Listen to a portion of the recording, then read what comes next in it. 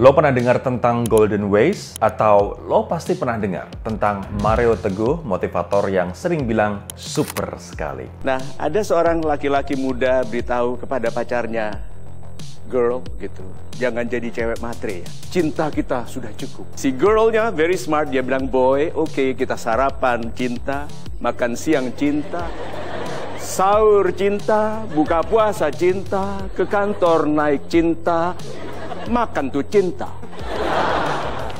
Golden Ways adalah program motivator di televisi yang bisa dibilang legendaris di Indonesia. Tayang sejak 2008 dan fenomenal. Mario Teguh berbagi resep sukses, ngajarin tentang uang, bisnis, mental, dan cara hidup. Jargonnya yang khas super sekali. Langsung angkat tangan yang ingin jadi orang kaya raya.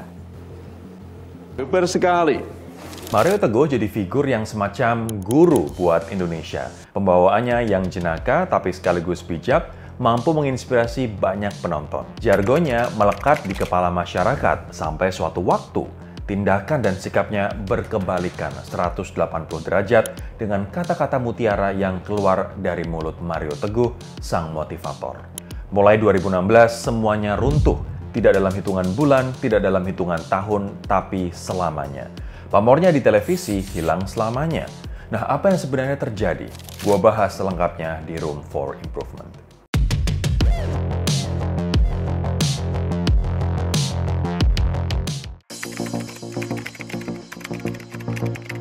Sebelum jadi Mario Teguh Golden Ways, dia adalah entrepreneur biasa. Tahun 80-90-an, Mario Teguh bisnis di properti, real estate, dan trading. Bisnis standar, untung rugi seperti entrepreneur lain. Dia bukan orang yang eksepsional saat itu. Tapi Mario punya satu superpower. Dia bisa ngomong dengan cara yang bikin orang percaya dan termotivasi.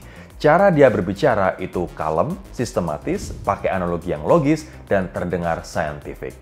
2008, dia jadi bintang The Golden Ways, sebuah program motivasi yang tayang di Metro TV.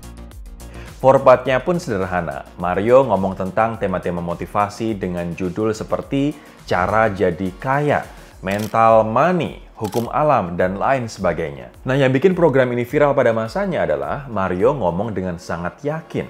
Dia pakai data, struktur logis, sehingga semua yang dia ucapkan terdengar meyakinkan dan bikin orang percaya. Jutaan orang nonton acaranya. Terbukti umur programnya bertahan selama 7-8 tahun. Mario jadi salah satu entertainer dan motivator terkemuka di Indonesia. Wajahnya tampil di mana-mana. Memang nggak ada yang sempurna, tapi ada satu masalah yang sulit dimaafkan dan akan mengubah segalanya tentang sang motivator.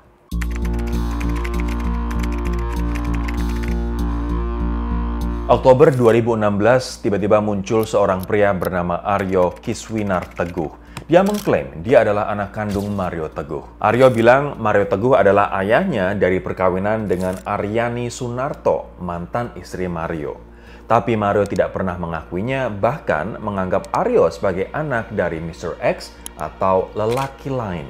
Aryo melaporkan Mario Teguh ke Polda Metro Jaya atas dugaan pencemaran nama baik dan fitnah. Drama dimulai, mata publik mulai tertuju ke kasus keluarga Mario Teguh itu. Saya tanya, Mas Aryo, saya masih panggilnya Mas Aryo. Mas Aryo tahu siapa papamu? Tahu. Papa asli? Tahu. Harapan saya dia nunjuk saya. Apakah dia bukan papa? Ya. Lalu dia nyebut nama. Mr. X itu penggalan namanya ada di nama dia. Tapi kemudian Polda Metro Jaya melakukan tes DNA terhadap Aryo dan Mario Teguh. Dan hasilnya positif.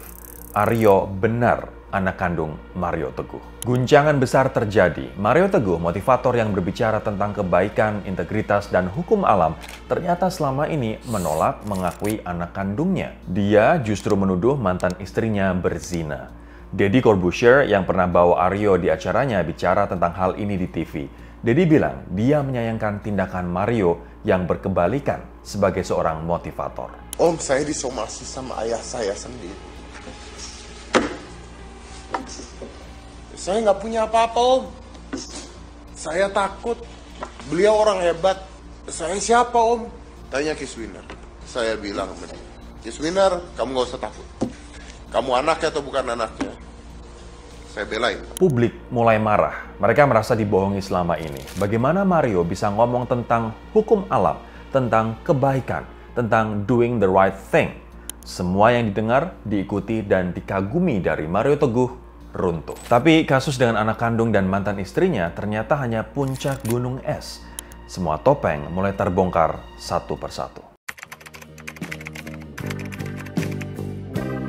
Setelah kasus Aryo viral, stasiun televisi mulai jaga jarak sama Mario Teguh. Sponsor-sponsor menurun, undangan di TV berkurang drastis.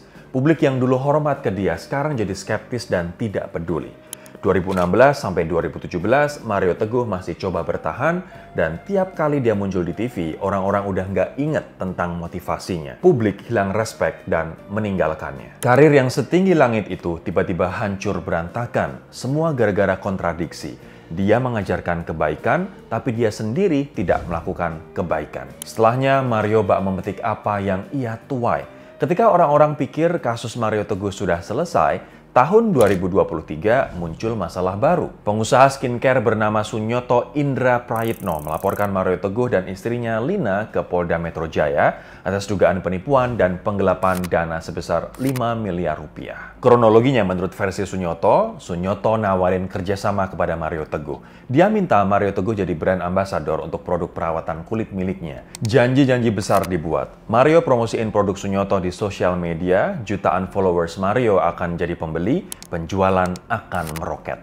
Nah, atas janji ini, Sunyoto gelontorkan uang sebesar 5 miliar rupiah kepada Mario sebagai fee atau imbalan jasa endorsement.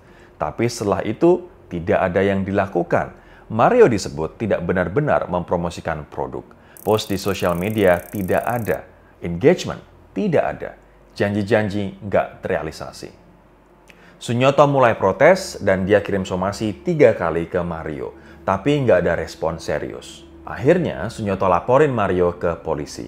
Kasus dibuka, polisi mulai menyelidiki. Nah, belakangan Mario Teguh juga balik melaporkan Sunyoto ke polisi dengan tuduhan penipuan. Mario ngaku baru dibayar 1,6 miliar dan kontrak diputus sepihak di tengah jalan. Kasus ini masih dalam tahap investigasi, tapi yang jelas, nama Mario Teguh kembali jadi sorotan dan kali ini soal uang, kredibilitas, dan integritas. Sejak skandal 2016 dan semakin parah dengan kasus 2023, Mario Teguh seolah hilang di telan bumi. Dia tidak lagi tampil di televisi. Dia tidak lagi jadi pembicara di seminar-seminar besar. Cuma update quote-quote di medsos dan terakhir update video YouTube berbulan-bulan lalu. Masih ada yang ngefans dan komentar positif, tapi jauh dibanding saat jaya dulu. Karir yang dibangun selama 13 tahun dengan golden ways nggak bisa dikembalikan. Kisah Mario Teguh kasih kita pelajaran besar kalau integritas itu nggak cuma pas kelihatan di kamera dan banyak pelajaran lainnya, guys. 1. Integritas adalah segalanya. Mario bangun kesuksesan atas jargon-jargon kebaikan, hukum alam, doing the right thing, dan sukses dengan cara yang benar. Tapi ketika ada masalah pribadi, dia milih jalan yang sebaliknya, nggak mengakui anak kandungnya sendiri, nuduh dan menjelekkan mantan istri, dan dia berusaha menutupi kenyataan. Ini adalah kontradiksi yang paling fatal. Orang mungkin bisa diperdaya sebentar, guys, tapi nggak selamanya. Apa yang diperdaya adalah integritas, bukan jumlah followers atau berapa banyak buku yang terjual. Nah, buat para kreator konten, politisi, pemimpin, dan figur publik, jangan ajarkan sesuatu yang nggak lo lakuin sendiri. Karena saat kebenaran keluar, dan dia akan keluar, semua yang lo bangun akan runtuh dalam sekejap. 2. Follower dan uang nggak bisa lindungin lo dari kebenaran. Mario punya jutaan followers di Instagram. Dia punya miliaran uang. Dia punya akses ke media, ke lawyer, dan ke platform besar. Tapi semua itu nggak bisa nahan kebenaran keluar. Aryo tetap diakui sebagai anak kandung melalui DNA test. Dan kasus 5 miliar rupiah tetap dilaporkan ke polisi. Tapi publik kadung tahu sifat aslinya dan menolak percaya lagi ke sang motivator. 3. Kebaikan harus konsisten, bukan marketing tool. Kesalahan terbesar Mario adalah menggunakan kebaikan sebagai marketing strategy, bukan sebagai cara hidup. Ketika kebaikan hanya menjadi brand positioning atau PR move, maka saat brand positioning itu ketahuan palsu, semuanya akan hancur. Kebaikan harus konsisten di dalam dan di luar kamera, di rumah sama keluarga, di kantor sama karyawan, dan di depan publik. Yang paling ironis dari kisah Mario Teguh adalah ini. Dia punya platform untuk berbuat kebaikan yang nyata. Tapi ternyata platform itu nggak sejalan dengan kisah hidup aslinya. Sekarang warisannya bukan sebagai pelopor motivasi atau guru kebaikan, tapi sebagai sosok hipokrit dan sudah tidak dipercaya. Ini pengingat buat kita semua, terutama para konten kreator, politisi, influencer, dan figur publik.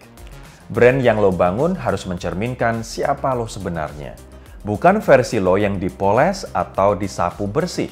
Karena pada akhirnya topeng itu akan terlepas. Dan saat itu terjadi, kejatuhannya tidak hanya dramatis, tapi jadi pelajaran buat jutaan orang. Kebaikan itu bukan strategi, itu cara hidup. Kalau lo suka cerita kayak gini, klik like, subscribe, dan komen. Apa menurut lo pelajaran terbesar dari jatuhnya Mario Teguh?